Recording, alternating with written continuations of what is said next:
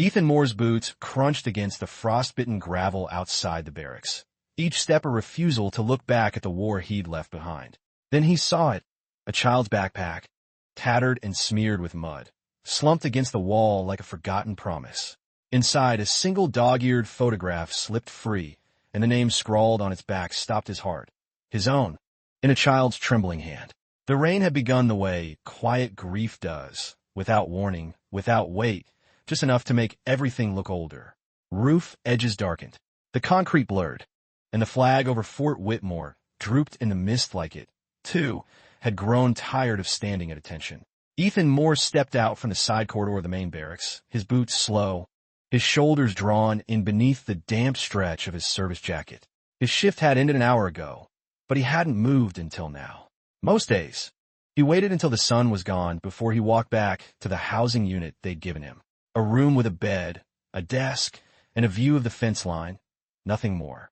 He paused under the metal awning by the supply post, the edge dripping in syncopated rhythm against a plastic bucket left to catch leaks. He reached into his pocket for a cigarette, then stopped. At first, he couldn't explain why. Just something in his body stiffened, some long-trained instinct that outlived the reasons behind it. Out past the guardrail, where the asphalt turned darker with rain, something sat against the grain of the day. It was a backpack, small, faded yellow, one strap curled under like a broken wing. It sat dead center in the walkway, in the path between the motor pool gate and the mess hall, like it had been placed there with purpose. No one else seemed to notice. Soldiers passed by under umbrellas or ran in short bursts through the drizzle, eager for warmth, dry socks, hot food. No one looked down, but Ethan stood still. His hand never made it to his cigarette. He stepped out slowly, the rain beginning to soak into his sleeves. A light wind caught the backpack's side flap, flapping it gently before settling. The water had already begun to pool along the seams. He crouched, not quickly, but the way someone approaches a sleeping animal. Close, without sound, without threat. The backpack was clearly a child's. There were remnants of old cartoon patches, mostly peeled off. A cracked keychain ring dangled from the zipper, and a name tag, barely legible beneath the faded ink. G. That was all. No last name, no unit affiliation, no age. It should have meant nothing. Maybe a kid from the nearby civilian complex dropped it. Maybe some teenager was playing around, but it was placed too carefully, too centered, as if it had been left as a message, not lost. He didn't open it. Not there. He looked around again. The base remained a motion of passing shadows. Lights buzzed behind fog glass. Some soldiers shouted faintly about laundry being soaked. The moment had no audience. Ethan stood, cradling the backpack under one arm. He walked back to his room, boots leaving narrow prints behind him that filled quickly with water. His door creaked when he opened it. He hadn't bothered with WD-40. Inside, the room was cold and undecorated. A cot with a wool blanket, a thermos on the desk, the photo of his wife, still framed but turned face down on the shelf since last winter. He sat on the edge of the bed, the backpack now resting on his lap like something warm and living. The rain continued outside, tapping gently against the window pane. He didn't unzip it. Not yet. Instead, he just sat there, hands resting on the cloth, eyes not focused on anything in particular. In the silence, the memory of another bag returned. Not yellow, canvas green, stuffed by someone else's hands while he lay on a stretcher overseas. That bag had been mailed home before he was. And inside it, her scarf, his dog tags, and a letter from the VA saying regret to inform. He thought of her then, not sharply, but like a breeze lifting the edge of something you'd try to tape down. Her voice still lived somewhere in the corners of this place, but he hadn't heard it clearly in months. Now here he was, holding a child's backpack like it had asked him a question he didn't know how to answer. The weight of it, too heavy for crayons, too light for bricks, just enough to feel like a burden, or maybe a beginning. Ethan leaned forward, resting his elbows on his knees, letting the weight settle. The room didn't make a sound, not even the clock, just the far-off echo of rain and the low hum of the bass, like the whole world was pretending nothing had happened. Ethan didn't sleep that night. He lay back on the cot, but never pulled the blanket over his chest. Just one boot still on, the other dropped somewhere near the door. His jacket hung from the back of a chair, dripping into a widening stain on the floor. The yellow backpack stayed on the desk. He thought about opening it more than once, even stood in front of it, hand outstretched. But something stopped him each time, Like to unzip, it would be to break something sacred. Or worse, to confirm a fear he didn't yet have the courage to name. In Va, they taught him how to dismantle explosives, how to listen for the wrong kind of silence, how to spot a tripwire by the way dust moved in the light.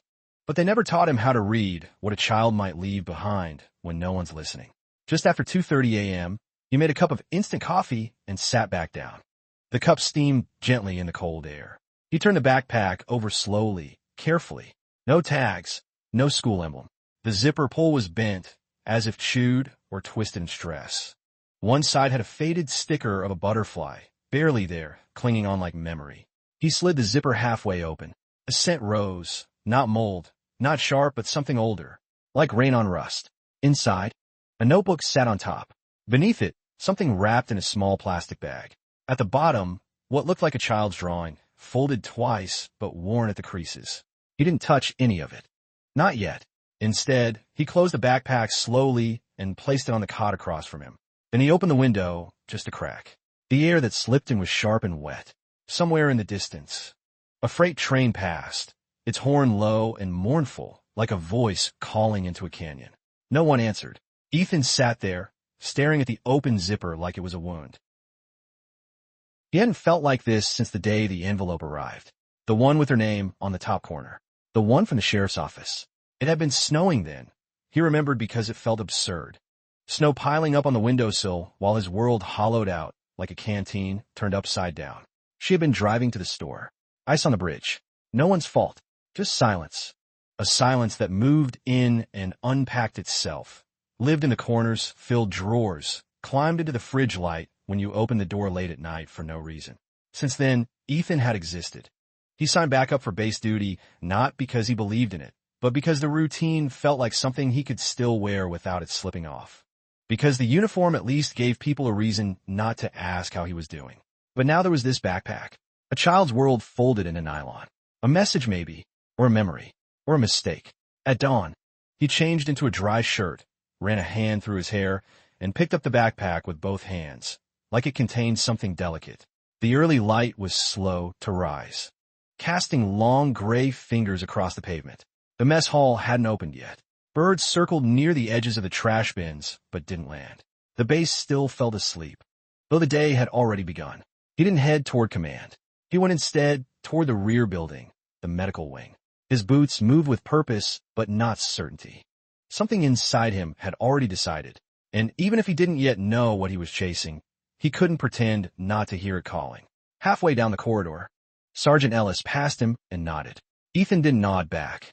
Outside the infirmary door, he paused again. The backpack in his hand now felt heavier, though nothing had changed in weight. The zipper still open just enough to reveal the top edge of a page, its corner water-softened and curling like a leaf in November. He lifted his hand and knocked. Not hard, just twice. Inside, he heard the soft scuff of shoes, the click of a cabinet drawer. Then the door opened halfway. Dr. Leslie stood in her pale scrubs, eyes puffy with sleep, but alert in the way only field medics know how to be. She didn't speak. She didn't have to. Ethan held up the backpack. Her gaze dropped to it and stayed there. Then she stepped aside and let him in. The infirmary room wasn't warm, but it wasn't cold either. It held that kind of sterile stillness found in places where pain is acknowledged but not discussed. Dr. Leslie moved with the practiced quiet of someone who had seen too many types of silence to be surprised by another. Ethan didn't speak as he set the backpack on the small counter by the sink. He took a breath, slow and steady, then unzipped it all the way. She stood a step behind him, arms folded, not distant, not close, just present. The notebook was the first thing he lifted out. Its cover, blue plastic with a cracked spine, bent outward like a tired breath. Water damage had warped the pages near the edge. Still, the top page was mostly legible. The handwriting hit him harder than expected. It wasn't the words, at least not at first. It was how the letters leaned, unevenly left, how some stopped mid-stroke like the writer's hand had paused. Uncertain, some words were smeared as if written with trembling fingers. A child's handwriting. Maybe 8, maybe 9. He placed the notebook flat on the table.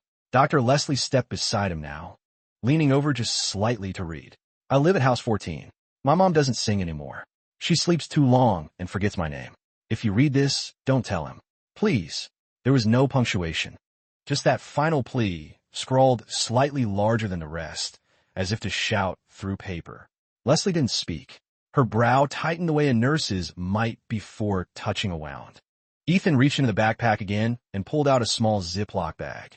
Inside was a piece of white fabric, frayed at the edges. The center bore dried stains, dark reddish-brown, soaked unevenly like it had been wrapped around something wet. Blood, probably, but old. No smid. He passed it to her. She held it up to the light, turned it once in her gloved fingers. It was a drawing, done in colored pencil. A woman lay on her side on what appeared to be a kitchen floor, drawn in lines of blue and pale gray. Her hair spilled around her like black threads. Beside her stood a tall figure. No face, no details, just mass. In his hand, a long, blunt shape. Brown, hard edges. Maybe a frying pan. Maybe not. Holding the drawing in both hands. His fingers gripped it too tightly. He realized only when the paper began to tremble slightly. Not from the air, but from him. He placed it gently next to the notebook. She didn't sign it, Leslie said. No name. Just an address. And silence. Ethan nodded. They both stood there for a long time, letting the moment stretch. There was nothing else to say. Not yet. The facts were few, but the weight immense. A child had left this. Not thrown, not lost, left. Placed. Chosen. In a space no child had any business being. In front of a military checkpoint where visibility was high, surveillance cameras everywhere, protocols locked tight. And yet, somehow, no one had seen her. Or worse, someone had, and looked away. Ethan thought of the way her steps had looked. He could picture them now, backward from the image of the backpack. Not hurried, not playful, just sure, as if she knew that spot was her best chance. Her only chance. He turned back to the bag and ran his hand along the seams. There were small rips, tiny frays along the edge of the zipper. In the corner, stitched in black thread, was something he'd missed before, a tiny patch, no bigger than a dime, shaped like a bird. He didn't know why, but it gutted him.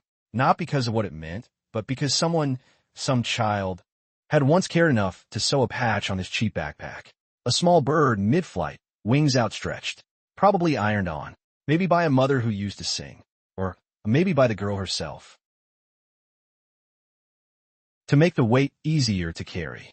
Leslie's voice broke the stillness. Do you think anyone else saw it? He shook his head. They would have said something. You think she meant it for you? I think she meant it for anyone who still notices things. They didn't speak after that. Leslie stood and carefully placed the fabric and drawing into a clean evidence envelope. The kind used for first aid reports. She labeled it by date, nothing more.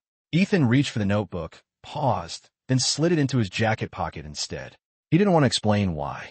He stepped out into the early morning light with the backpack slung across his shoulder and the notebook tucked tightly against his chest. The sky was still colorless. Pale gray stretched over the barracks like a used sheet. The rain had stopped, but the air hung heavy, thick with the scent of soaked earth and motor oil. Just indifferent. The kind of man who had learned how to listen without really hearing. Who could look at a form stamped urgent and still wait until after lunch. Travis was sipping coffee when Ethan entered. The office smelled like burnt paper and old rubber.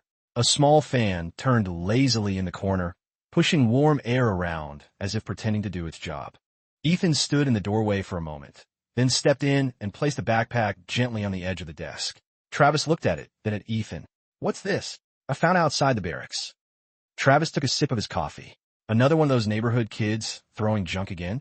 Last month someone lobbed a lunchbox into the drill yard. Took us half an hour to figure out it was empty. Ethan didn't respond. Travis leaned forward, poked the zipper open. What's in it? A notebook, a drawing, a bloodstained cloth. I had the doctor look at it. Not ketchup. I got a small pause. Travis raised an eyebrow, but didn't reach for anything. Ethan waited. The silence between them stretched, just long enough to become uncomfortable. Travis finally exhaled, setting his cup down with a faint clink. All right, I'll log it. Maybe run it by someone in logistics. You said there's an address. House 14. Housing Block H. Travis chuckled dryly. That place? Most of those units aren't even in the system anymore. Half of them ex-military. Civilians now. No surveillance, no scheduled check-ins. We barely have updated floor plans. Ethan didn't move. That's where she says she lives. She, the kid. Travis gave a long blink, The kind people do when they're buying time to file something away without committing to it. I'm sure it's just a confused kid. Maybe her mom's sick. Maybe someone got hurt. Doesn't mean we start knocking on doors like we're running an inquisition. Ethan stepped forward, but his voice stayed quiet. She left it in the center of the walkway. Ethan didn't answer, because it wasn't a question. It was a warning. Travis turned his chair slightly, facing the old computer on the desk. The screensaver still glowed with the unit's crest, faded. Slow to change. I'll log it, he repeated. We'll see if anything turns up. Ethan nodded once, then picked up the backpack. Travis frowned. You're taking it with you? It's not lost property. It's evidence.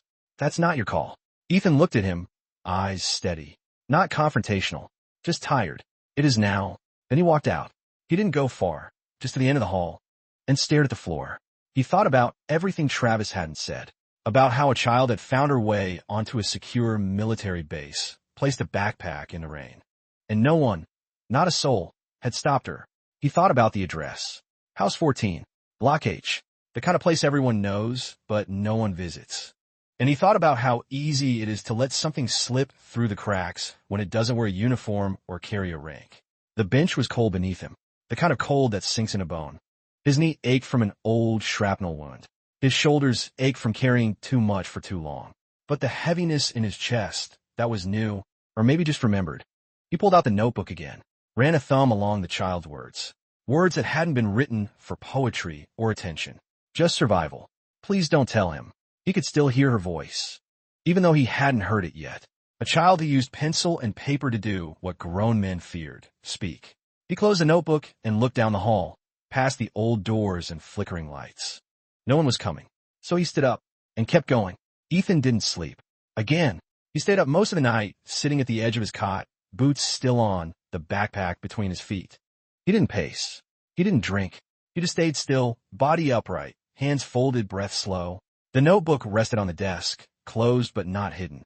The weight of it hung heavier than the pack itself. He thought of her handwriting, that last plea. Don't tell him. He thought about who him was. He didn't know his face, but he could picture his presence, large, looming, just outside the frame of the drawing. A figure children know how to draw, even when they aren't taught how. By morning, the decision had settled without drama. He shaved, changed into a fresh uniform, and walked across the compound toward the logistics building. It was early, but not too early.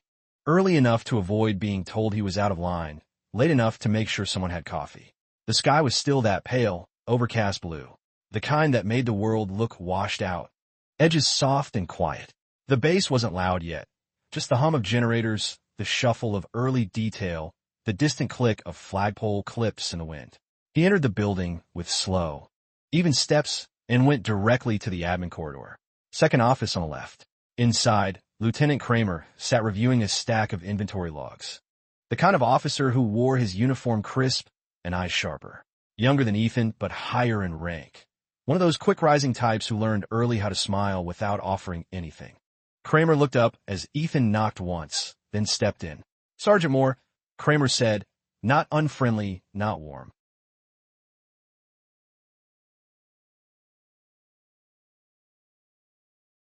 Lieutenant, Ethan said, then placed the notebook on the desk.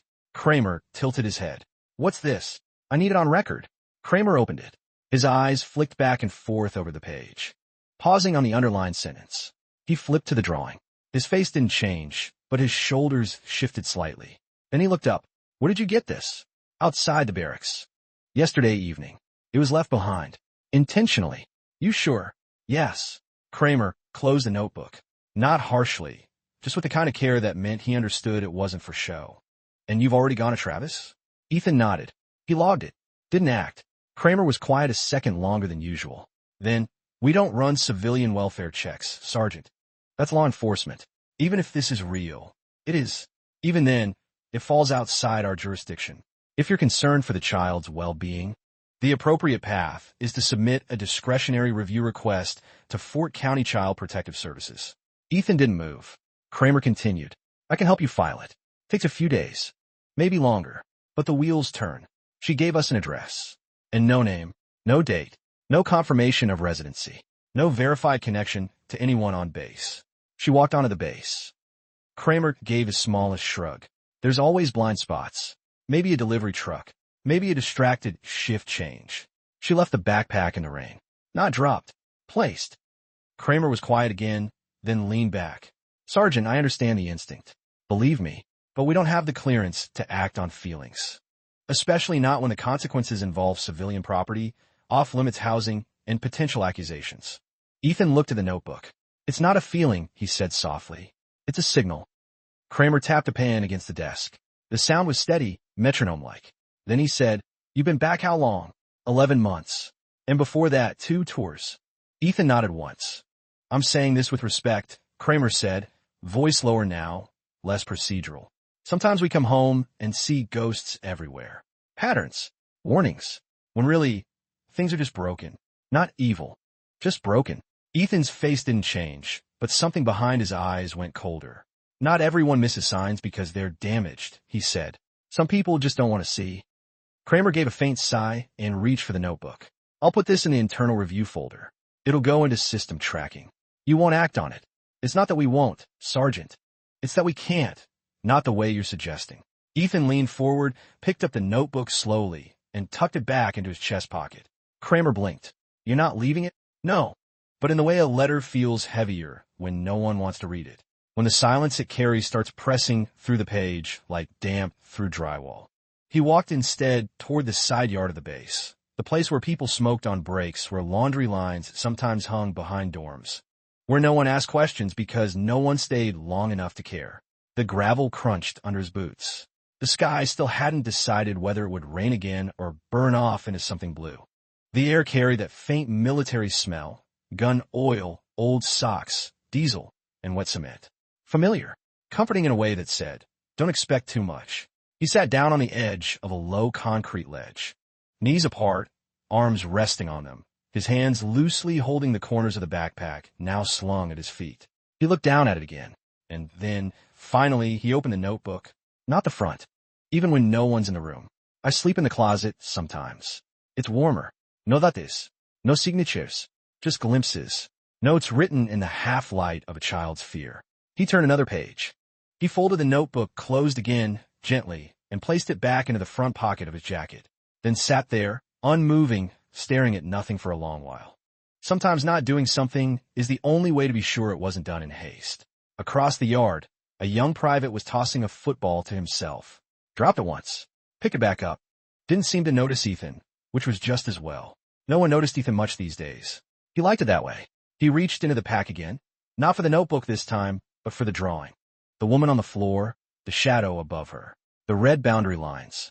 He unfolded it again, slowly, crease by crease, smoothing it on his knee, in the lower right corner, just above the fold, like you might glance toward someone you used to love, across a crowded room, after too many years. That was the moment something shifted. He didn't stand. Not yet. Inside, the letter of discharge, the death certificate, and a photo. Her. Grace. He hadn't looked at it since winter. Not because it hurt, but because he didn't know what he'd do if it didn't. Now he placed it beside the child's drawing. One woman rendered in pixels, frozen in a smile with the sun in her hair. The other, drawn in pencil by a trembling hand, lying beneath a dark sky. Somewhere between those two women was a kind of bridge, and maybe Ethan thought maybe the act of crossing it had nothing to do with saving someone. Maybe it had everything to do with not turning away. He put the photo back in its envelope, folded the drawing once more, then stood up. His joints creaked, not from age, just from memory. He slung the backpack over one shoulder again.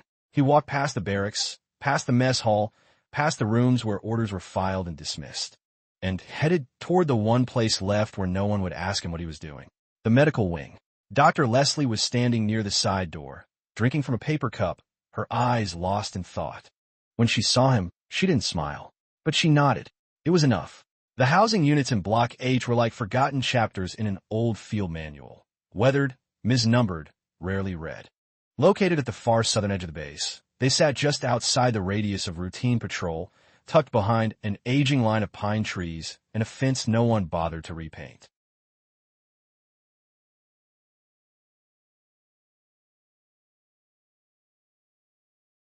There were no official entries in the current map index. Some said the buildings were marked for demolition. Others said they were used for overflow or temporary placement. But mostly, They were just ignored, like the things people no longer knew how to handle. House 14 stood near the end of the row, a low, one-story unit with stucco peeling in long strips along the sidewalls. Its roof sagged slightly on one end, and the front yard, if you could call the patch of dirt and cigarette butts that, held an overturned trash bin and a cracked tricycle half buried in the soil. Ethan stood across the street for a full minute before stepping forward. He hadn't told anyone he was going. No call to base command. No form submitted to oversight. He wasn't looking for permission, even though the sky had begun to darken with the early approach of storm clouds. The front door was chipped and rusted around the handle, with 3 deadbolts stacked vertically. The kind made of spoons and bottle caps. A dog barked somewhere in the distance, then stopped abruptly, like someone had told it to hush. He knocked again. Still nothing. He stepped back and looked to the window to his left. A curtain fluttered slightly, but it could have been the wind, or imagination, or memory, playing tricks again. He reached into his pocket and removed the drawing, carefully unfolded it. He stared at the lines, the red outline, the shape of the shadow. Then he looked back at the door. There was a strange echo in his chest. Not fear, not anger, but that quiet feeling of standing somewhere too long without being invited in. The same feeling he had when he came home after his second tour and found Grace's shoes still by the door, though no one was waiting on the other side of it. He turned his head just slightly and saw something. Off the porch, near the base of the steps, half hidden beneath a bush, a small, gray plush rabbit. One ear was missing. The fur was patchy and stained. But it was there, face down in the dirt, like it had been dropped or thrown or forgotten long ago. He didn't pick it up. He just looked at it, and something inside him settled deeper. He stepped off the porch, walked around the side of the house, toward the back gate. There was no sign of anyone, no voices, no light leaking through cracks, just silence. He didn't force anything. He didn't try the doorknob. He simply took in the place, this house, this forgotten part of the base, this silence that screamed louder than any siren. Then he turned, walked back across the street, and sat on the curb. It was growing darker now. The wind had picked up again, bringing with it the faint scent of wet earth and something else, like rust or mold or time. Man returned, but not restored, had heard it. It wasn't heroism that kept Ethan coming back. He would have told you that much. It wasn't a sense of duty or justice, or some romantic belief that he alone could right what had been buried. It was smaller than that, stranger, less noble. It was the rabbit, that damn rabbit, the way it lay by the bush, like someone had needed to let it go quietly. No storm, no scream, just set down in the dirt, earless, unwashed, waiting for someone to remember. So he returned the next day, and the next, not to knock again, not to invade, just to sit, to be near. He brought no badge, no clipboard, no weapon, just himself, in a hoodie and jeans, the same boots he'd worn since Kabul. He sat on the curb across from House 14, same hour each afternoon, 3 o'clock, just when the shadows started to stretch a little longer across the street and the sun slid behind the utility poles. For the first 2 days, nothing moved. By day 3, a curtain stirred. By day 5, the rabbit was gone. And on day 7, the world changed by an inch. Ethan had brought coffee that afternoon, cheap gas station stuff in a foam cup. He sat with it balanced on his thigh, steam rising in lazy spirals. Half listening to the wind knock against a bent stop sign at the corner. Across the road, the door didn't open, but a child did. She didn't come from the house directly. She appeared instead from the far end of the sidewalk, walking slowly, one foot dragging slightly behind the other. A girl, maybe 7, maybe 8, wearing a gray hoodie that swallowed her frame and shoes too large for her feet. She didn't look at him at first. She walked past the gate, stepped into the small public green patch that served as a park. 2 benches, 1 rusted swing, a tired oak tree. She sat on the far bench. Didn't swing. Didn't run. Just sat. Ethan watched her from across the road, careful not to stare. His posture didn't shift. He sipped his coffee, like he was just another quiet man in a quiet town, trying to let the day pass without remembering too much. But then she looked up, right at him, and it wasn't a glance. It was that kind of look only children know how to give, not asking for anything. Not afraid, not curious. Just seeing. She saw him. The kind of seeing that hurts a little. The kind that says, I've been alone too. Ethan felt it in his stomach first, like a ripple of something not quite grief, not quite guilt. Just wait. And then in his chest, where things don't always have names. He nodded. Once. Not too much. The girl didn't return it. But she didn't look away either. They stayed like that for maybe a minute. Maybe more. The kind of long where nothing needs to be said, where silence becomes the language both sides understand. Then she reached in the front pocket of her hoodie, pulled something out, held it in her lap. Ethan squinted. It was a pencil and a torn piece of paper. She began to draw. He didn't move, didn't ask, didn't approach, but he knew that something had begun. Not an answer, not even a path.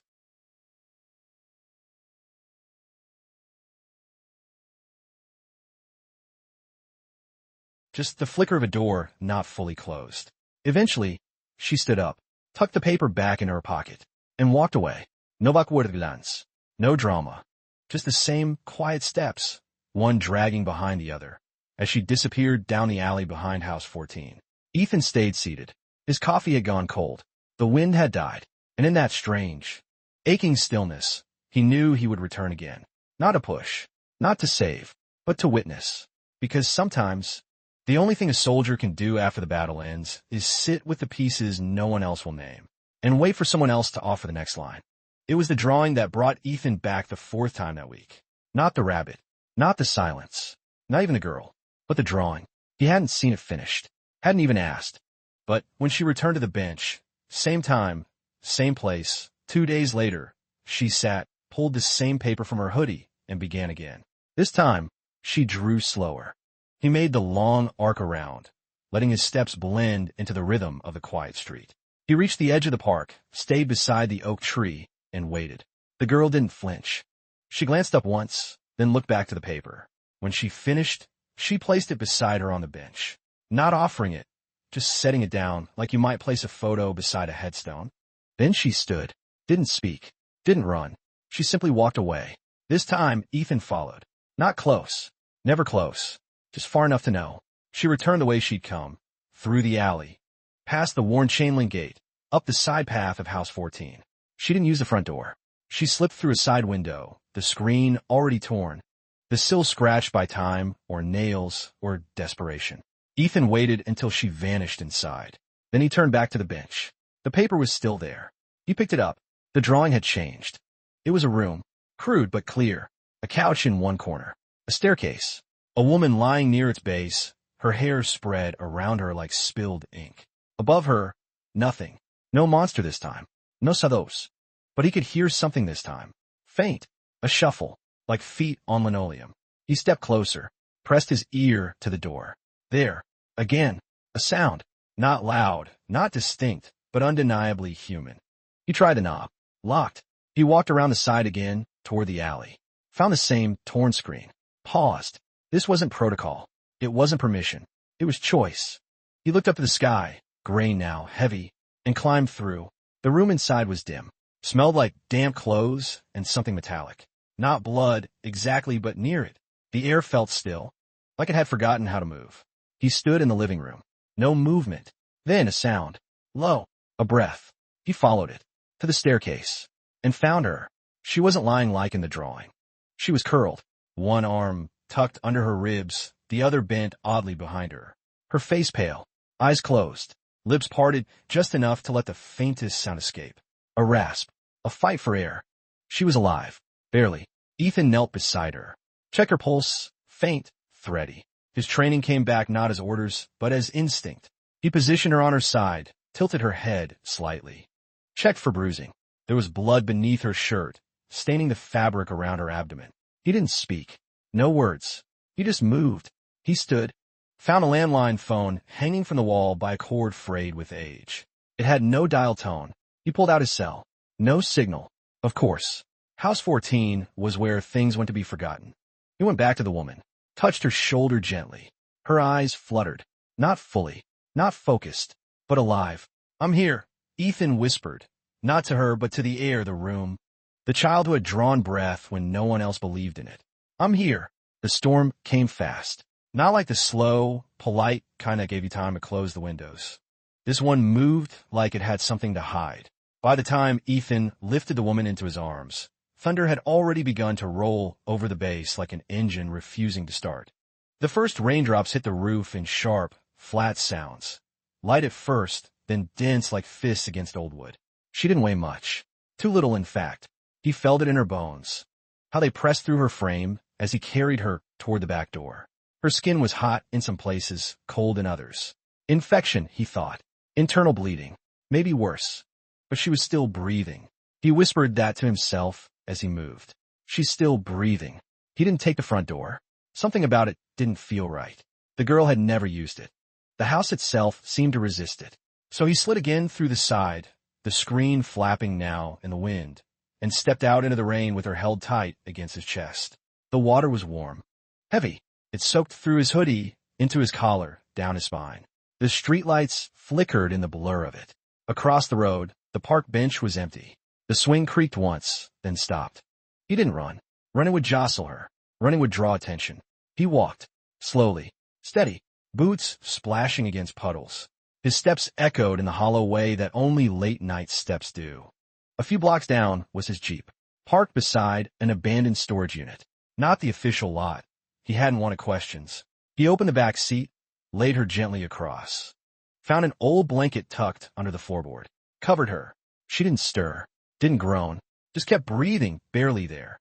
He climbed into the driver's seat, turned the key. The engine caught, then idled with a cough. The wipers dragged across the windshield with a squeal. Rain smeared into long, streaked lines like tears on glass. Ethan drove. Not a base command. Not to the clinic inside the wire. He went off post, toward the county hospital near the edge of town, St. Mildred's, a place half the soldiers didn't even know existed. It took 15 minutes. Maybe 20. Time folded in strange ways when he was behind the wheel. The radio stayed off. So did his thoughts. He just drove. When he pulled up to the emergency bay, he stepped out before the car, stopped rolling. Flagged down a nurse in blue scrubs with his hands already lifted, already saying nothing but help. They came with a gurney, rolled her inside, asked him questions. He answered what he could. Her name? He didn't know. How long had she been like this? Too long. Did she have any allergies? He shook his head. They didn't press. Something in his face must have said, "Not now. Please." He sat in the waiting room, soaked through, hoodie dripping onto the linoleum. The air conditioning was too cold. Or maybe it was just him. There were 2 vending machines humming in the corner. A janitor mopping without purpose. A man in cowboy boots asleep in a plastic chair with a cut across his forehead. Nothing dramatic. Just life. Bruised and limping, but moving on. Ethan sat for what felt like hours. Eventually, a nurse approached.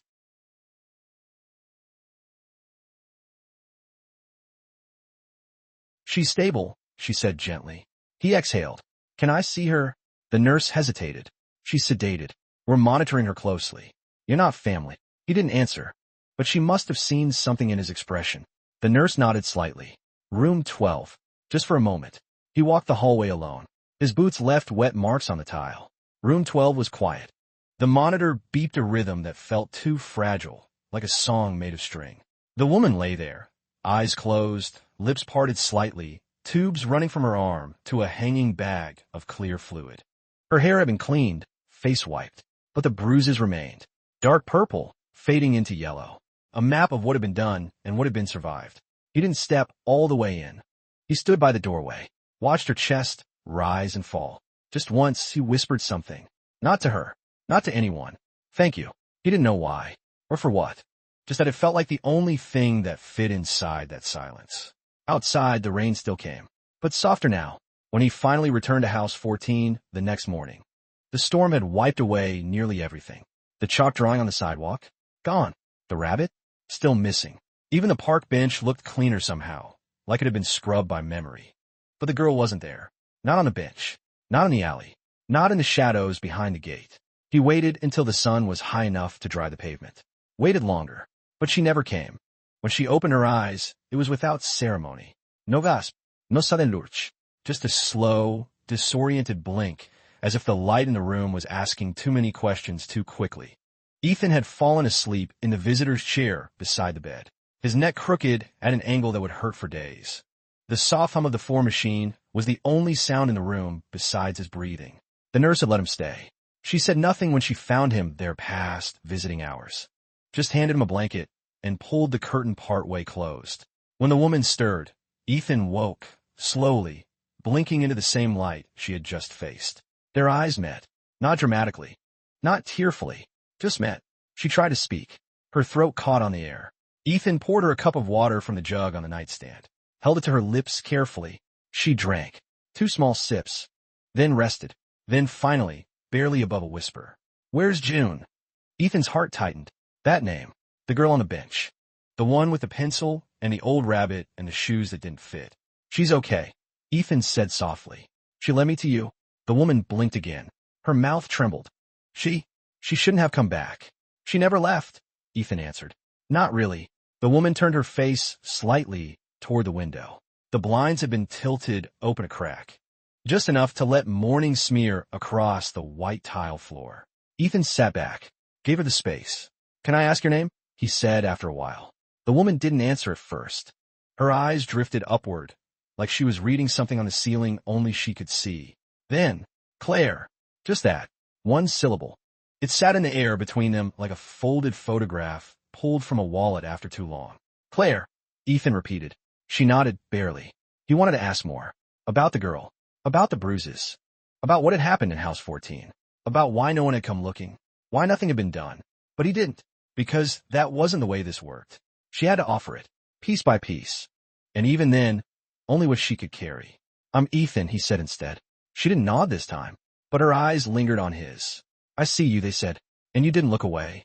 Later that afternoon, a social worker came. She looked young, too young for the room. Her clipboard full, her tone soft but practiced. "We'll need some details for our report," she said to Claire. "Only what you feel comfortable sharing." Claire looked past her, toward the corner of the room where her own clothes, folded and sealed in a paper bag, waited like old wounds. The social worker tried again. "Can you tell me what happened in the house?" Claire didn't answer. Instead, she reached toward the nightstand. Her hand moved slow, weak. Ethan stood, passed her the pencil and paper that had been left there. She wrote something. One word. Slanted. Shaky. Hidden. The social worker leaned forward. "In what way?" Claire wrote again. 2 more words. "Everywhere. Upstairs." Ethan's stomach sank. The attic. Of course. The place no one checked. The place he hadn't dared to open when he first stepped through that silent house. He looked at Claire. She wasn't looking at him. She was looking inward now, into the place memory keeps under lock. The social worker hesitated. "Claire, were you being held there? Against your will?" Claire's hand shook. She placed the pencil down. Then, barely audible, "They said I was broken. Easier to leave me in pieces." The room stilled. Even the monitor seemed to hold its breath. Ethan said nothing. The social worker blinked, wrote, cleared her throat. "We'll begin proceedings," she said. "Do you know if anyone else was involved?" Claire's face changed. Not with anger, not fear, but calculation, as if this question, of all questions, was the one she had prepared for. She looked at Ethan. Her voice was dry, but steady. They wore uniforms, but they didn't serve anyone. That was all. No names. No rank. Just enough to start something. Or to end it. The social worker nodded. "Thank you," she said softly. When she left, Claire turned her head back to the window. The clouds had parted, just barely. Light pooled on the floor. "I used to be a nurse," she murmured, more to herself than anyone. Before all this, Ethan didn't reply. He just listened. Because sometimes the first healing doesn't come from medicine. It comes from being allowed to speak. Even if it's just your own name, spoken aloud for the first time in years. No warrant. No lights. No cabelli. Just Ethan. And a key. He'd asked Claire, quietly, just before the nurse came in with her evening meds, if the attic had ever been locked. She'd hesitated, then nodded, pulled a chain from beneath her gown. It held a single key, brass, dulled, worn thin on one edge. She'd pressed it into his palm like something too sacred for words. "You'll know," she whispered. "When you're up there." He didn't ask what she meant. Didn't want to burden her with imagining that space again. The house on Barrack Street stood quieter than ever that night. No porch light. No parked car. No flicker of movement behind the blinds.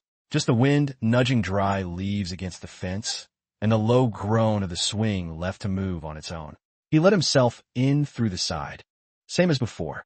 The hallway still smelled of mildew and something faintly metallic. The rabbit was still gone.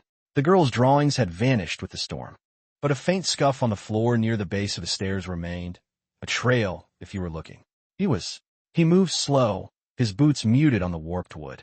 At the end of the hall was a narrow, pull-down ladder, the kind every soldier knew from childhood homes and training bases alike. He reached up, tugged the cord. The ladder dropped with a soft creak. Dust rained down in lazy spirals. The attic yawned open. He climbed, one rung at a time. Each step up felt like a descent, not into darkness, but into something deeper than that, neglect. When his head rose above the floorboards, the smell hit first. Not rot, not decay, just age. Forgotten things, dry fabric, old insulation, and beneath it all, something sweeter, sadder, perfume maybe, something that didn't belong to time. He clicked on his flashlight. The beam cut through particles suspended in still air, and what he saw made his breath stop. Not bodies, not blood, just things, arranged carefully, deliberately. A child's mattress, no sheets, just a folded blanket at the foot, a cracked plastic mirror leaning against the wall, a bookshelf lined with empty jars. Inside each, labels handwritten in cramped block letters. Quiet, obedience, shame, hope. This one was empty. Beside the mattress was a toy box. Inside, pencils, dried markers, bits of paper, torn pages from what looked like a Bible, folded into cranes. A photograph of Claire from years ago, smiling with a young child, presumably June, at a county fair. Both of them were wearing paper crowns. Ethan stood still for a long time. He didn't touch anything. Didn't need to. The attic didn't scream. It didn't accuse. It simply held the truth in quiet display, waiting, perhaps, for someone willing to say, "I see you." In one corner, an old recorder, one of those child-sized ones with red buttons, lay beside a stack of cassettes, labeled again in that same block script. Confession 1. Don't believe her.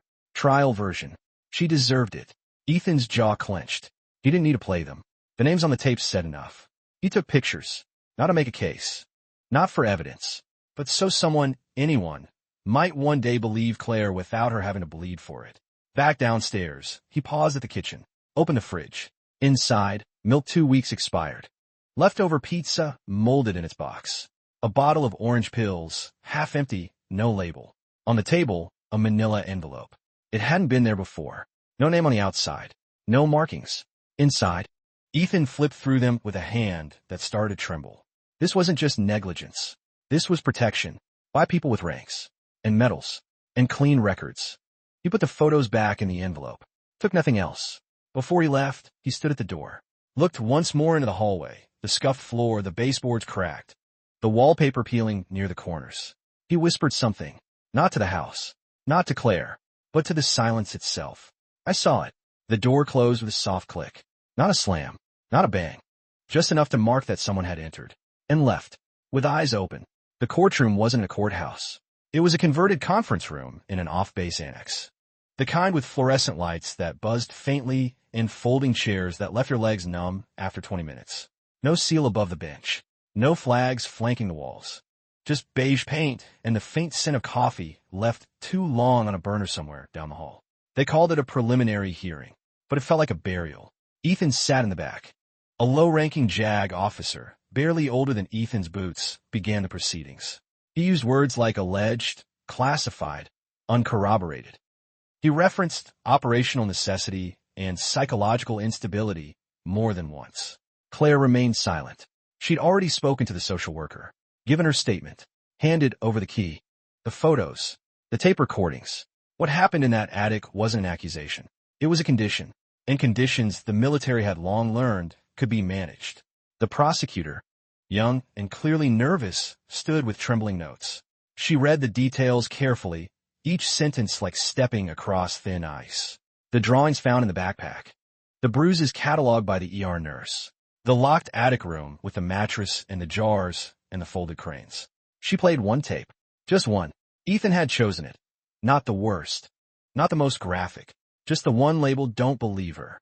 A voice, cold, male, slow, dripped into the sterile room.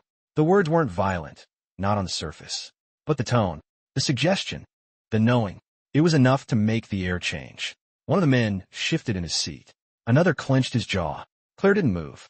Neither did Ethan. When it ended, no one spoke for a while. The defense attorney, a smooth man with careful eyes, stood eventually. He said Claire's mental health history raised significant concerns about reliability. He said the girl, June, could not be located for a statement. He said Ethan's actions, unauthorized entry, non-compliance with protocol, emotional involvement, called into question the integrity of the investigation. He never denied what was on the tape. He never mentioned the attic. Only that it is difficult to verify trauma without consistent reporting channels. Ethan swallowed hard. He wasn't angry.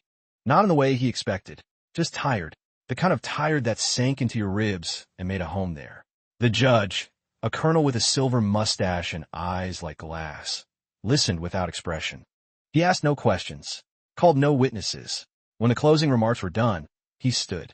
His verdict was procedural. He ordered an internal review. Recommended administrative reassignment for one of the accused. No criminal charges. No trial date. No press release. No justice. Not in the traditional sense. Claire stood slowly. She didn't cry. She didn't shout. She just picked up her coat and walked toward the door. Ethan followed. Outside, the sky had turned overcast, the kind of gray that made everything feel quieter than it should be. They stood near the parking lot, not speaking, just breathing. Then Claire said, almost absently, "It wasn't the verdict I wanted." Ethan looked over. "What did you want?" She hesitated. He stayed in town, renting a modest room above an old bakery where the smell of cinnamon clung to the hallways. The walls were thin. The mattress sagged in the middle.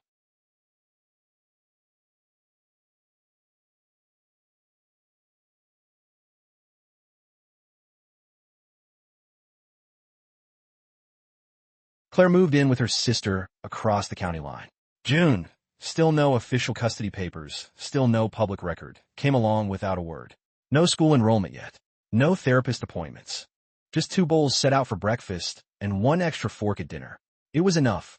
They didn't see each other for a week. Not because of avoidance, but because something in the silence was sacred now.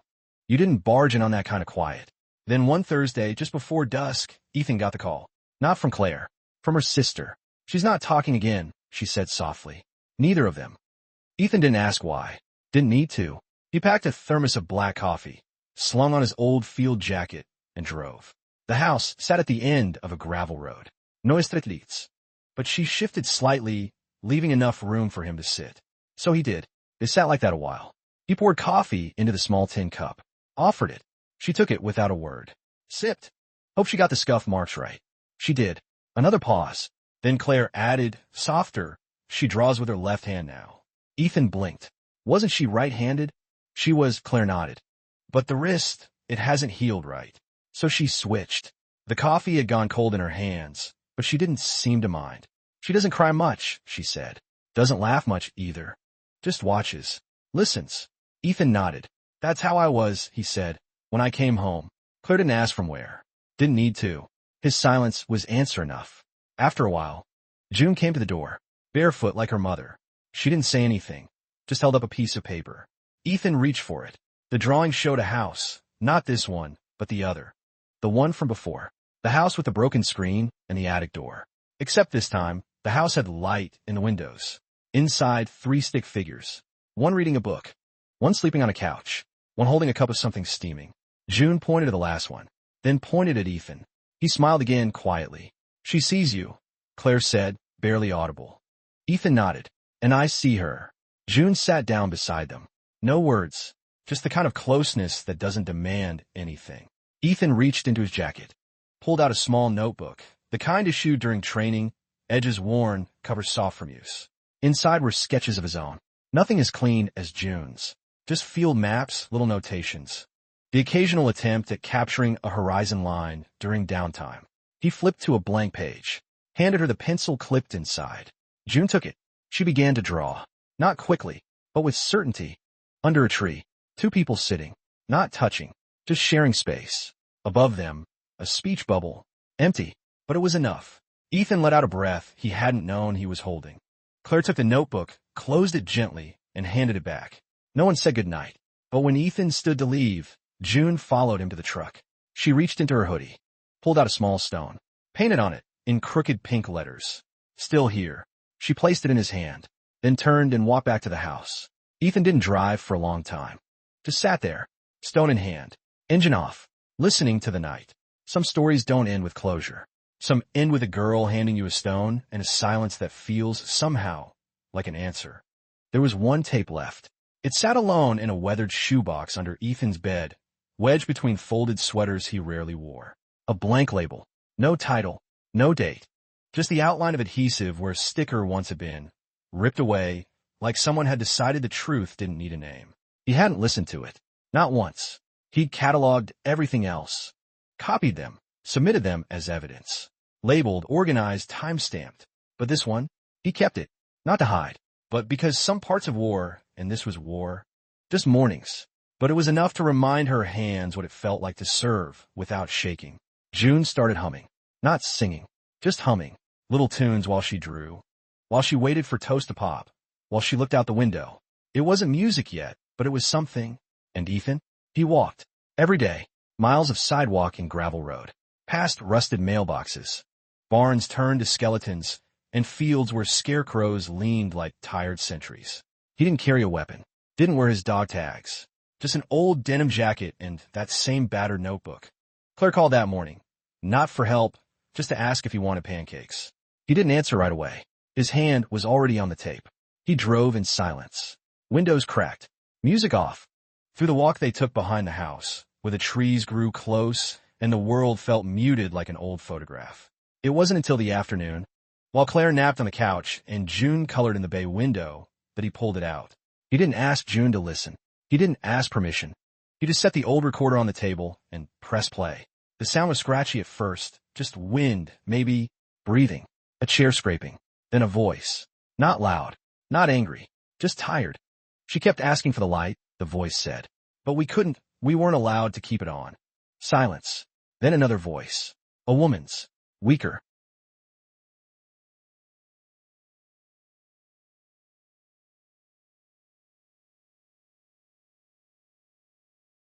You told me you'd only be gone a day.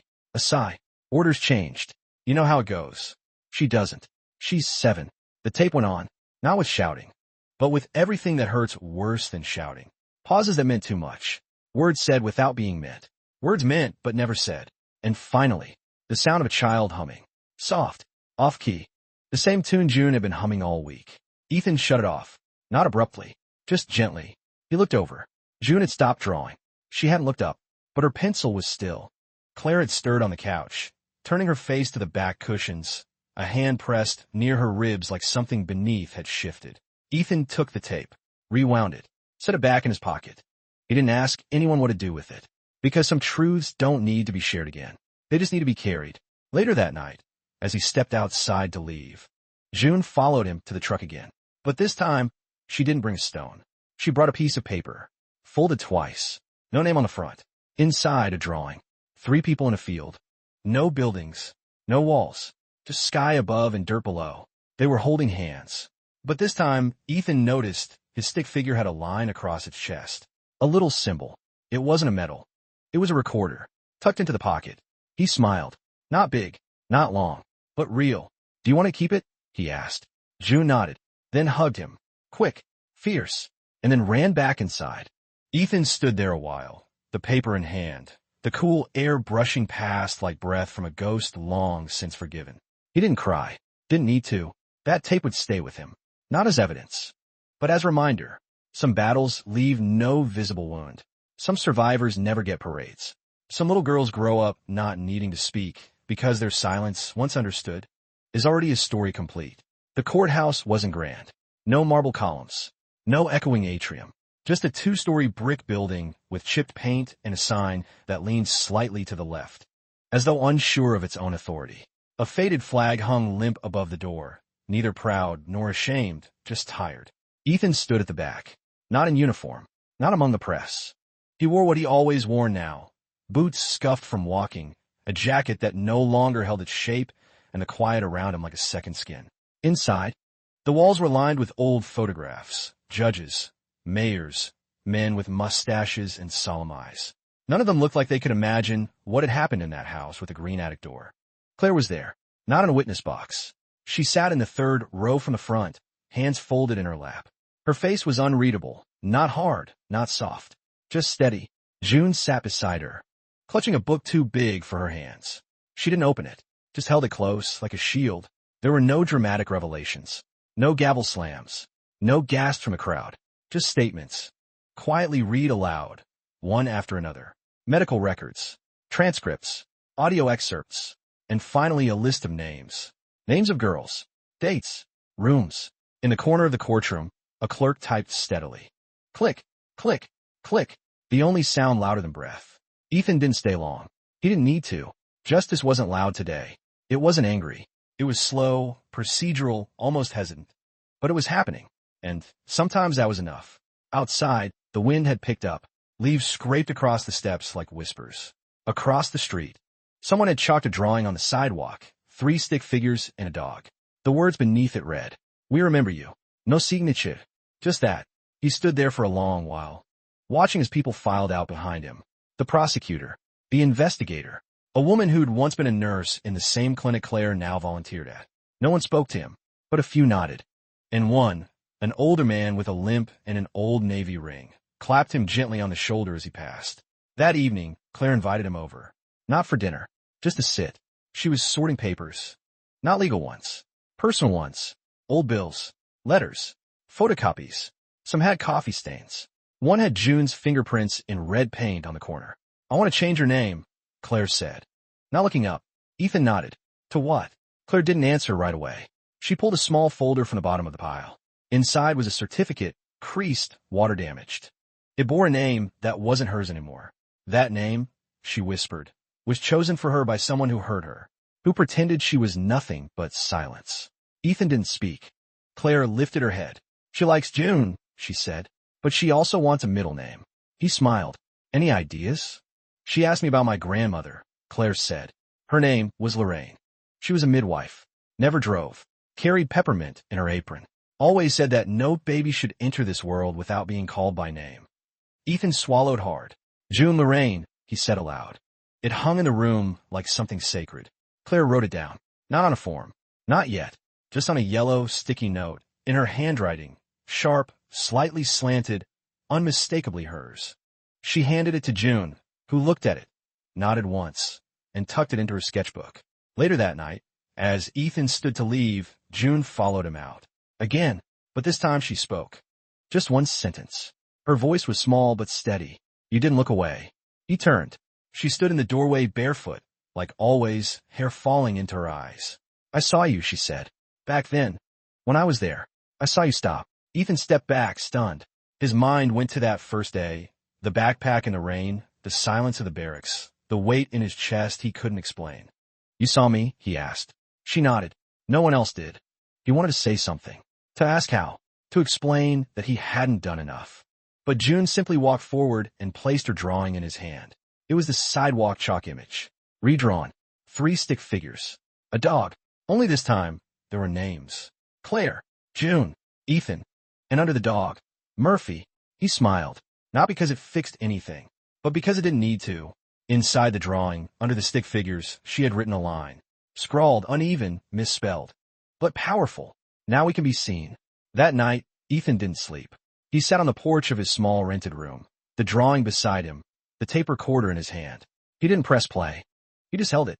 And in the hush of midnight, in the soft rustling of dry trees and far-off trains, he whispered the names to the wind. One by one. June Lorraine, Claire Emerson, and, finally, his own, as if saying it out loud meant something again. As if after all these years of being called by rank, by number, by silence, he remembered what it was like to belong. They packed light, not out of haste, but because there wasn't much left to take. June's sketchbooks, all 13 of them, bound together with a string Claire had braided herself. A box of tea, 2 mugs, 1 chipped, 1 never used. A single backpack filled with folded clothes and a photo of Claire's grandmother, Lorraine, tucked inside the side pocket like a prayer. Ethan carried his notebook. Not the leather one from deployment. That one he'd buried near a creek 2 years back, but the newer one with sketches June had made and a single phrase scribbled across the cover. "We are what we stay for." No one said goodbye. They didn't need to, because what they were leaving behind had never truly been theirs.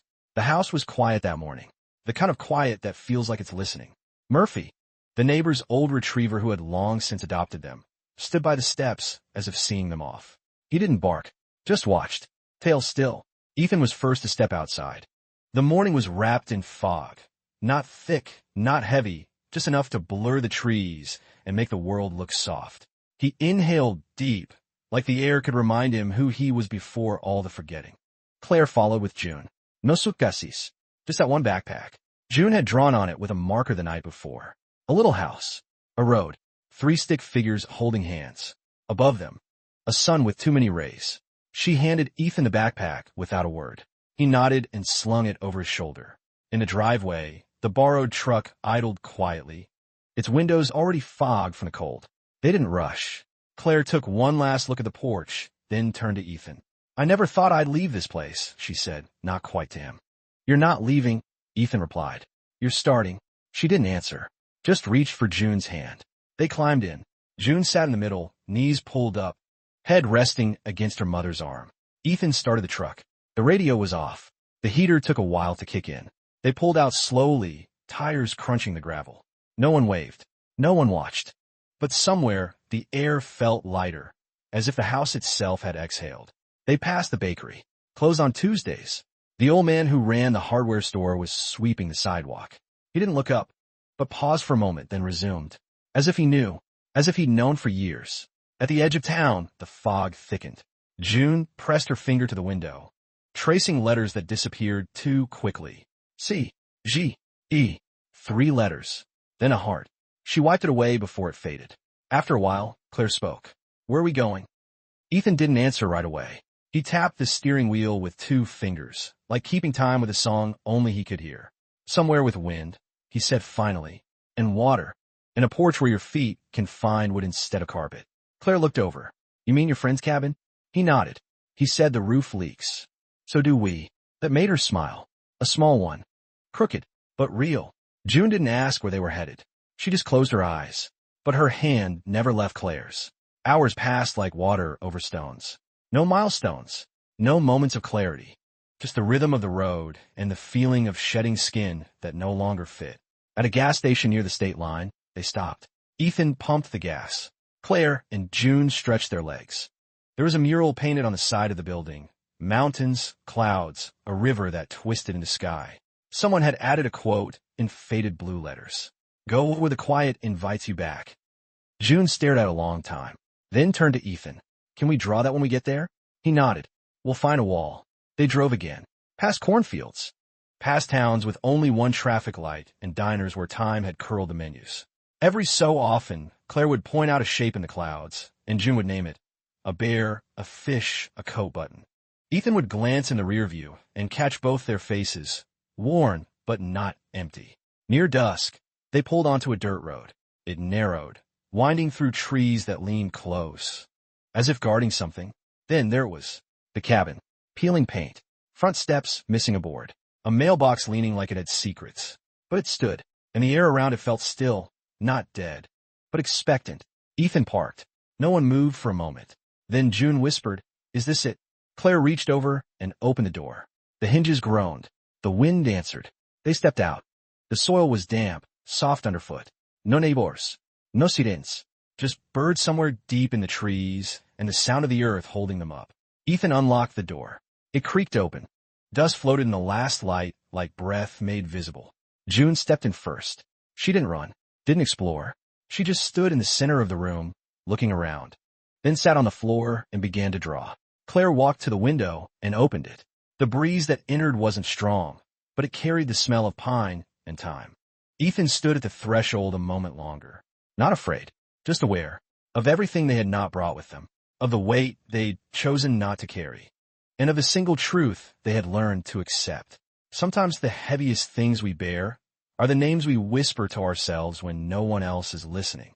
And yet, that morning, light filtered in through the broken blinds, casting thin, quiet lines across the wood floor. Dust motes danced in the slant of sun, and outside, the wind rustled pine needles with the softness of breath. Ethan was already up. He sat on the steps of the front porch, boots unlaced, hands wrapped around a chipped mug of coffee, steam barely rising. His jacket was draped over the rail beside him. In his lap, June's newest sketchbook, closed but warm from being held. The porch creaked as he shifted. It was the kind of sound that didn't need fixing. Behind him, the screen door clicked open gently. Claire stepped out barefoot, sleeves pulled down past her wrists, a blanket over her shoulders. No muck up, no ruse. Her hair was still tangled from sleep. She carried nothing in her hands. They didn't say good morning. They didn't need to. She sat beside him, a full arm's length away. Knees pulled up, toes tucked under the hem of her blanket. For a while, they just listened. To birds they didn't yet know the names of. To trees moving not because they had to, but because they could. To the cabin adjusting itself to their presence. Claire reached into the pocket of her blanket and pulled out a folded note. June's handwriting. Crooked letters. A drawing of 3 chairs, 1 dog, and what looked like a pie on the table. Underneath, it read, "This is our porch now." Claire smiled without showing her teeth. Ethan chuckled low, then passed her the mug. She sipped, bitter, but not unkind. "She dreamed about water last night," Claire murmured. "Kept saying it was warm, not like the hospital bath." Ethan looked at the trees, eyes far. "She's never been to the ocean." "Has she?" Claire shook her head. "Not yet." A squirrel darted across the dirt, its body fluid, tail a question mark. Somewhere to the west, a train horn called out, long, low, distant. Not a warning, just a reminder that the world was still moving. But here, on this patch of porch, time had chosen to sit down and stay a while. Later, June wandered out, hair tangled, pajamas too short on her growing legs. She didn't speak, just climbed into the space between them and leaned her head against Claire's arm. Claire rested her chin on June's hair. Ethan gently touched her knee. 3 people. No taites. No rank. No more waiting for someone else to tell them what to do next. They stayed like that until the sun rose higher, until the warmth began to sneak beneath the floorboards and into their toes, until birds shifted from song to silence, until a leaf finally let go and drifted past June's face. She caught it, held it open in her palm. "It's not broken," she whispered. They looked down. A single maple leaf, slightly torn at the edge, but still bright. "I want to draw this one." Claire handed her the sketchbook. June opened to a blank page and began to draw, not with haste but with care, her tongue peeking slightly between her lips, eyes narrowing with concentration. Ethan watched, not the drawing, the act of drawing, the way her fingers held the pencil, the way her back curved, the stillness around her. And in that stillness he felt it, that this was enough. Not because it fixed what had come before, but because it didn't need to. Inside the cabin, a drip echoed from the kitchen faucet. A board creaked upstairs as it settled. The smell of pine mingled with something warm. Toast, maybe, or memory. Claire stood. "I'll start breakfast." Ethan stayed. June kept drawing. As Claire disappeared inside, her footsteps light, she glanced back once. Not to check, just to take them in, father and daughter, though not by blood. Soldier and child, though not by role. Simply 2 people who had chosen, over and over, to stay. A few minutes passed. June closed the sketchbook and handed it to Ethan. "Can you keep this one?" she asked. He opened to the page. The leaf, beautifully drawn. But below it she had written, "Not everything that falls is lost." He didn't answer. Didn't need to. He held the sketchbook to his chest, like something precious. And for the first time in years, Ethan didn't feel like a man waiting to be told who he was. He just was. That afternoon, they hung laundry for the first time. June laughed when the wind caught a sheet and slapped Ethan in the face. Claire hummed an old folk song, one she claimed her mother used to hum too, though she couldn't remember the words. They ate dinner on the porch, just toast and eggs and a jar of pickles someone had left in the cabin pantry. Murphy showed up again. No collar, no leash, just there. He lay beside June's chair like he'd always belonged. At dusk, the 3 of them watched the sun disappear behind a tree line. No one said it aloud, but they all felt it. That tomorrow didn't have to be a plan. It could just be a place. A place where the porch creaked in the morning, the kettle whistled soft at noon, and the wind didn't need to blow loud to be heard. The attic wasn't much. Low ceiling, slanted walls, a single window that didn't open all the way, and a wasp nest tucked into the top corner. Long since abandoned. But the light was kind. It slipped in late mornings and left early afternoons, spilling in golden and heavy across the wood floor, like it knew when to arrive and when to go without overstaying its welcome. They found the room on the 3rd day. Claire had gone looking for linens, old blankets, anything not moth-eaten. She'd pulled the attic door down by its thin cord, expecting dust, cobwebs, maybe the forgotten trunk of someone else's sorrow. What she didn't expect was the smell of dried paint, or the small plastic stool still sitting in the center of the room, or the wall, half finished, coated in soft green, like someone had begun to paint a forest but ran out of time or hope. She called Ethan. He climbed the narrow stairs, ducking at the beam. June followed close behind.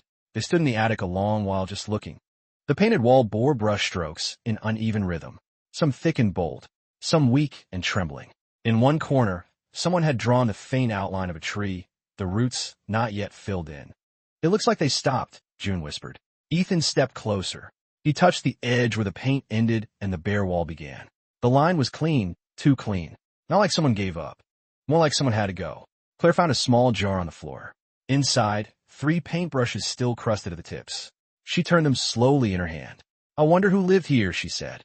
More to herself than anyone else. No one answered, but the silence was soft, not hollow. Later that afternoon, June brought up her sketchbook and sat in the corner. She didn't draw the unfinished wall. Instead, she drew the light as it fell across it, broken and beautiful. Ethan brought up a lamp and a small table. Claire found an old quilt and spread it on the floor. They didn't call it a room yet, just a place to be. That night, after June had gone to sleep in the downstairs bedroom, Ethan returned to the attic. The air was cooler there. He sat cross-legged on the quilt, notebook open in his lap, but he didn't write. He watched the moonlight pool on the floor. He noticed how the painted green deepened in the dark, less mint, more pine. And he remembered, not a person, not a face, but a feeling, the way a place holds you even after you've left it.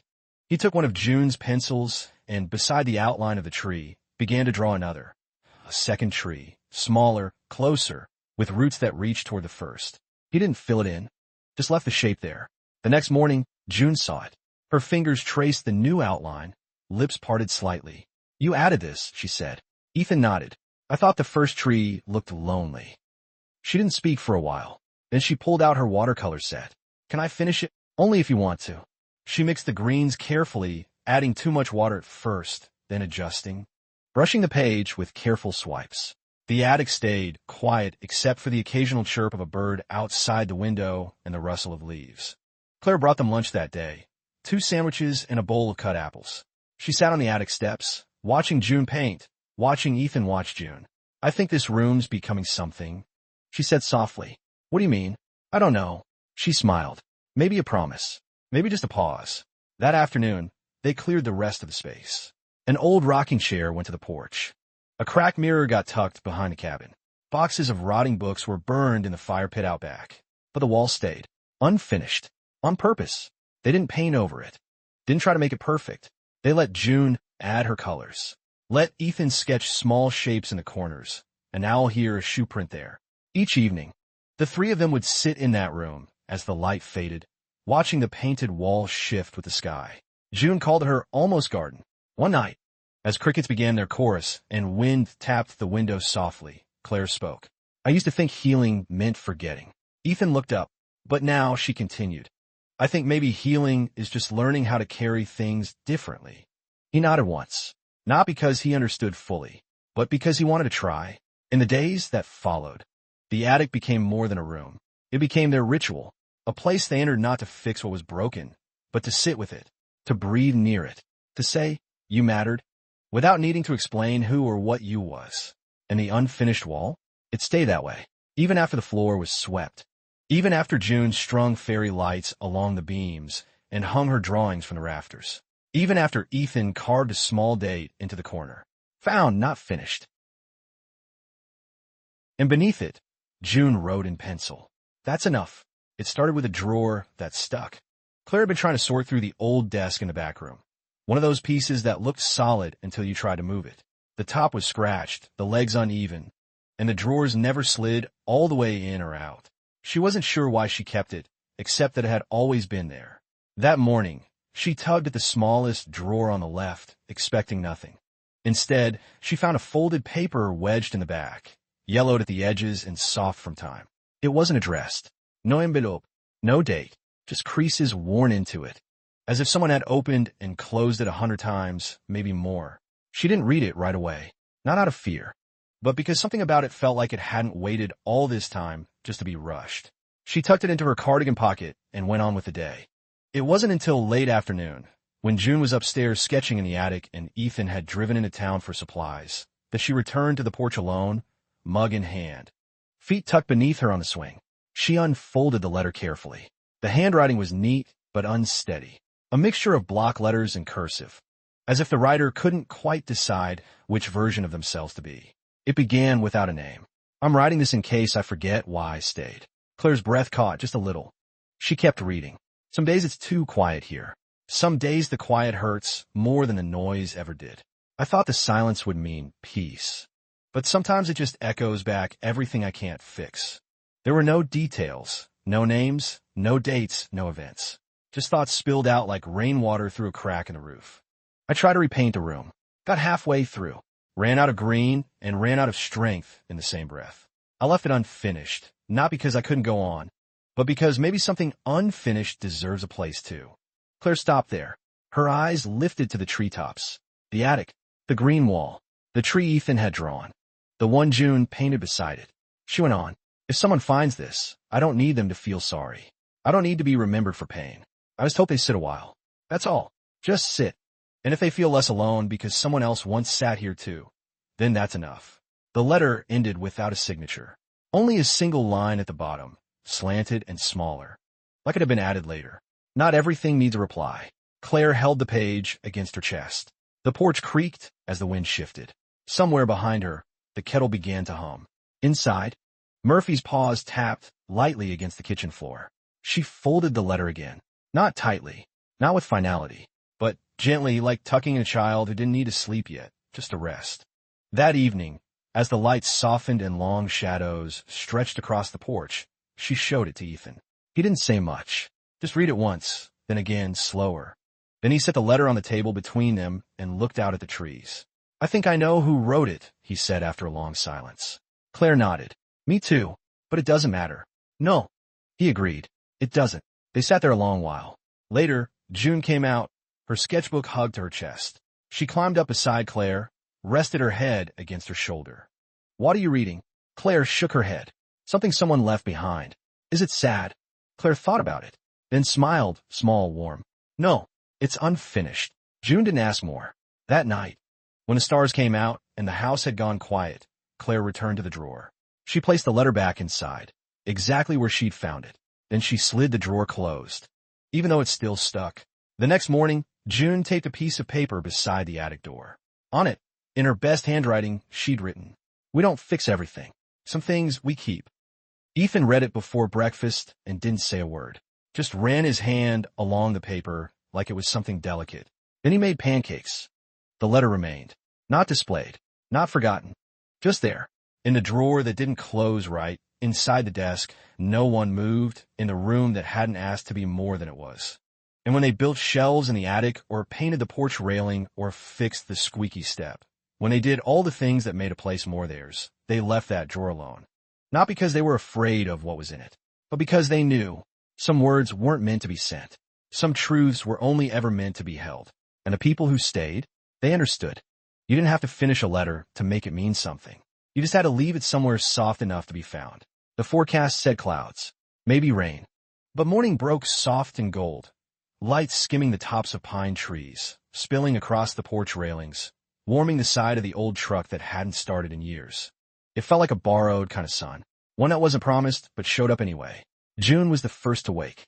She stepped barefoot through the hallway, her steps quiet on the old wood, hair still tangled from sleep, her small shoulders wrapped in a quilt Claire had sewn from old shirts and leftover denim scraps. She didn't go to the kitchen, didn't ask for breakfast. Instead, she climbed to the attic. The green wall still carried their sketches, her painted leaves, Ethan's penciled birds, the words Claire had stitched in a memory just by being there. But that morning, June didn't pick up a brush. She just stood in the middle of the room. Still, she looked around, not with curiosity, but with the kind of knowing that children sometimes carry without being taught. She touched the spot where her tree met Ethan's. Then she sat, cross-legged, facing the window. The world outside was quiet. Not silent, just settled. The kind of hush that comes after something hard has been said and gently received. From her pocket, she pulled out a folded square of paper. On it was a drawing. Simple lines. Charcoal and smudges. No color. It showed 3 figures, small, seated close together on a porch swing. The one in the middle had hair that fell like hers. The one on the left had a square jaw, the way she saw Ethan. The one on the right had hands resting gently in her lap, like Claire. They weren't smiling, but they were leaning in, like the silence between them wasn't empty, but chosen. June looked at the drawing for a long while. Then, without fanfare, she placed it in the wooden box in the corner, the one they kept for sketches that mattered too much to hang. She closed the lid softly. She didn't say goodbye, just looked one last time at the way the sun hit the wall, catching in the brush strokes, turning green into gold. Downstairs, Claire was making toast. Ethan poured coffee, his hands steady now in the mornings. When June joined them, neither asked where she'd been. They didn't need to. Instead, Claire passed her a cup of orange juice. Ethan slid a plate toward her with the crusts already trimmed. Outside, the wind picked up. A few leaves danced across the porch, spiraling in little bursts before falling quiet again. After breakfast, they all walked the trail behind the house. Murphy ran ahead, stopping often to sniff or look back like a sentinel. They didn't talk much, just the sound of shoes over pine needles, the occasional snap of a twig, the hush of wind through tall grass. At the clearing, they sat on the flat rock June had once called her thinking stone. Ethan brought out his small pocket knife and carved the date into the edge, just the numbers, no words. June watched his hands. "You do that every time?" she asked. "Only when it matters," he said. She didn't nod, didn't reply. She just opened her sketchbook, turned to a fresh page, and began drawing the rock beneath them. Not the people, not the sky, just the stone, its grooves, its cracks, the way it curved in the middle from years of rain and sun and sitting. When they walked back, June stayed a little behind, gathering a few fallen leaves in her hand, one red, one brown, one still holding on to green. She pressed them between 2 pages in her notebook when she got home. Not to keep forever, just long enough. That night, as they sat by the fireplace, Ethan reading a dog-eared paperback, Claire mending a tear in a pillow, June brought the box from the attic down. She set it on the table, didn't open it, didn't say what was inside. She just looked at them, one then the other, and said, "I don't want this to be a chapter we close." Ethan set down his book. Claire set down her thread. June went on, I want it to be the part we come back to." There was a pause. Then Ethan reached out and slid the box closer to the center of the table. "It will be," he said, "no promises, no ceremony, just understanding." Before bed, June took one last look at the sky. The clouds had finally started to roll in, slow and gray and full. She pressed her palm to the window pane, then turned out the light. The next day brought rain. Steady, quiet, the kind that made you stay inside and move slower. June spent it by the window, sketching not the scene in front of her, but the feeling it gave, blurred edges, soft contrast. Warmth held against cool. Ethan brewed another pot of coffee, even though no one had asked. Claire lit a candle, just because. And somewhere in the attic, the green wall waited. Still unfinished. Still beautiful. Not because it held perfection, but because someone had loved it enough to begin. There was no ceremony. No final page turned. No porch light flicked off. No road dust rising behind a departing truck. Just another morning. Wind moved through the pine trees like a slow breath. Rain still clung to the undersides of leaves, glinting in the sun that had returned, quiet and sure, as if it had been waiting just out of sight. Ethan stood by the porch railing, mug in hand, watching Murphy nose through the damp grass, tail moving in slow arcs. Behind him, Claire folded laundry, not because it needed to be done, but because it gave her hand something to do. June was upstairs, still in her pajamas. Her sketchbook open beside her, though she hadn't drawn anything yet. The house wasn't silent, but it was settled, like a song near its last note, not fading, but lingering. Claire came out, draped a towel over the back of a chair, and leaned against the post beside Ethan. He didn't speak. He didn't need to. Her shoulder brushed lightly against his. It was enough. In the kitchen, the kettle began to rattle faintly. Claire turned to go back inside, but stopped. She reached into the drawer beneath the sink, the one with the mismatched spoons and the one letter they never mailed, and pulled out a small silver key. Ethan raised an eyebrow. "I think it's time," she said. They hadn't spoken about the desk drawer since the day they found the letter. Hadn't opened it either. It wasn't out of fear. Some things they understood lived better in the waiting. But now June was watching, not for answers, just for the way grown-ups chose to carry what couldn't be put down. He nodded. They went upstairs together. The attic smelled like cedar and paint. The green wall still caught the morning light like it had the first day. June dipped her brush into color. Claire knelt beside the desk. The key slid into the lock without resistance. Inside was the letter, still folded, still waiting. Ethan didn't pick it up. Neither did she. Instead, they left the drawer open, left the letter exactly where it was. But now the room knew. The house knew. They all did. June joined them a few minutes later. She didn't say anything either. Just looked at the letter and nodded once, as if it had finally reached where it was always meant to go. That afternoon, June taped something new to the attic door. A single sentence in her neat, careful script. Not all endings are meant to close. Claire stood beside her and whispered, "That's beautiful." June shrugged. "It's just true." They left it there. That evening, Ethan cooked dinner without a recipe, just what they had, just enough. Claire lit the old lantern even though the power worked fine. And June read aloud a story she'd written herself, about a tree that kept growing even when it thought it couldn't anymore. She didn't ask for applause. She didn't need it. Later, after the dishes were done and the porch had cooled, Ethan took the long way to the mailbox. There wasn't any mail. He didn't expect any. But he stayed there, hands in his pockets, watching the horizon soften. Sometimes, he thought, the point wasn't to find a new road. Sometimes the point was to stay long enough for something broken to bloom again. The following week, the old swing on the front porch broke a chain. They didn't fix it right away. Instead, they sat on the steps, knees drawn close, shoulders touching. It wasn't less. It was just different. Time passed, not loudly, not with milestones. With the smell of coffee, the sound of pages turning, the quiet kindness of brushing hair behind a child's ear without needing to explain why. They kept the attic wall unfinished. They left the letter where it was. They didn't speak about the things that hurt unless the day was soft enough to hold them. June drew more. Claire planted herbs by the kitchen window. Ethan added a new plank to the old fence, not because it needed it, but because some gestures, like love, are meant to be repeated. One night, June woke up and padded quietly to the porch. The sky was deep and scattered with stars. She looked up for a long time, then whispered something, not to be heard, just to be released. Behind her, Claire stood in the doorway, blanket draped around her shoulders. "Couldn't sleep?" she asked. June shook her head. Didn't want to miss this. Claire stepped beside her. They didn't talk after that. Just stood there, breathing the same air, letting the dark wrap around them like a story not yet finished. There would be days when the grief came back, in small ways. In a way the floor creaked a certain way, or how the wind carried a name they no longer said aloud. But it didn't undo what they built.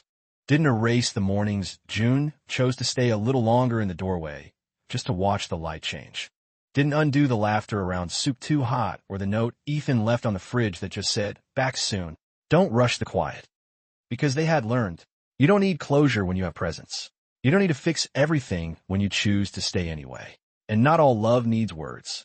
Some of it just needs time, and a place soft enough to hold what others leave behind. They never wrote down the whole story, not because it didn't matter, but because it already lived in the quiet routines. In the porch light left on at dusk, in the coffee poured without asking, in the small hand that reached for a larger one without needing words. Some things are remembered not by telling them again, but by continuing to live like they mattered. The backpack was never thrown away. It stayed in the attic beside the wooden box and the old green wall, not as a relic, but as a reminder that even the smallest thing left behind can carry a whole life waiting to be seen. If this story found its way into a quiet part of you, not the part that talks first, but the part that remembers, tell me, not with applause, not with big words. Just share what stayed with you. A moment, a line, a feeling you didn't expect. I'll be here, reading in silence, grateful for every echo.